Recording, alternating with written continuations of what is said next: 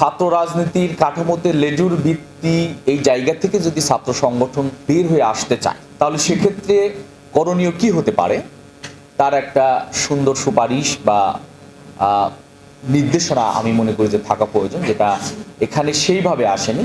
কিছু বিষয় নির্দেশনা দেওয়া হয়েছে। দ্বিতীয়ত হলো যে প্রশাসনের সক্ষমতা এবং নিরপেক্ষতা।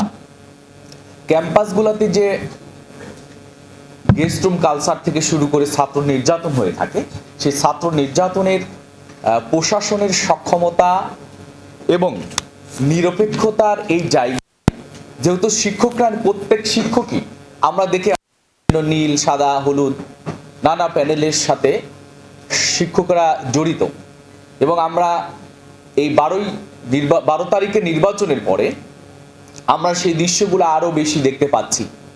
বিগত আমি দুঃশাসনের সময় যেভাবে দেখে আসছি তার যাত্রাটা এখন আবার নতুন করে শুরু হয়েছে, এবং আমরা এটা দেখব খুব শর্ট টাইমের ভিতরেই যে অনেক ইউনিভার্সিটির ভাইস চ্যান্সেলর টিচার বিভিন্ন দায়িত্বে ছিল, সেই জায়গা থেকে সে সকল টিচারদেরকে সরিয়ে দেওয়া হবে, শুধুমাত্র দলীয় টিচার যারা তাদেরকেই নিয়োগ দেওয়া হবে, এবং এটা খুব শর্ট টাইমের ভিতরে ঘটবে বা চলমান আছে।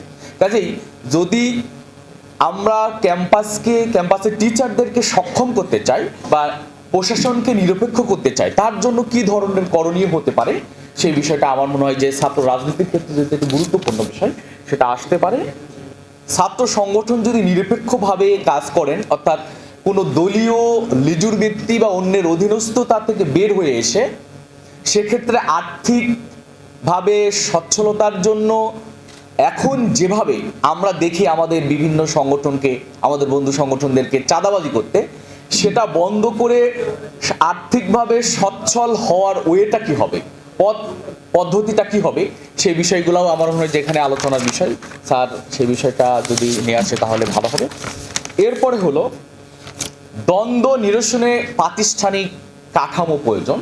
যেহেতু বিভিন্ন ছাত্র সংগঠনগুলো ক্যাম্পাসে কাজ করেন, তাহলে সেই ক্যাম্পাসের কোনো কারণেই যদি দ্বন্দ্ব সংগঠিত হয়, আমরা যে ধরনের আন্দোলনের সংস্কার চাই, আমরা যে ধরনের ছাত্র রাজনীতির সংস্কার চাই, সেখানে দ্বন্দ্ব থাকবে না। কিন্তু যদি দ্বন্দ্ব হয়, সেই দ্বন্দ্বের নিরসনের জন্য কারা ভূমিকা রাখবেন? প্রশাসন, ক্যাম্পাসের প্রশাসন, না অন্য কোনো তৃতীয় পক্ষ বা কে রাখবে? তার একটা কাঠামো প্রয়োজন, যে কাঠামো হলো সমস্যা সমাধানের জন্য ভূমিকা রাখবেন। সর্বশেষ বৈশ্বিক স্যারের যে প্রবন্ধতা, এটা বলা যায় যে আমাদের দেশীয় পার্সপেক্টিভে তৈরি। তো বিদেশে বা ইন্টারন্যাশনালি বিভিন্ন ক্যাম্পাসে, যে ক্যাম্পাসগুলোতে ছাত্র রাজনীতি ওইভাবে না হলেও ছাত্র রাজনীতির চর্চা আছে, এবং বিভিন্ন ইস্যু নিয়ে তারা কাজ করে থাকেন, ইন্টারন্যাশনাল ইস্যু নিয়ে, বিভিন্ন ক্রাইসিস নিয়ে কাজ করে থাকেন।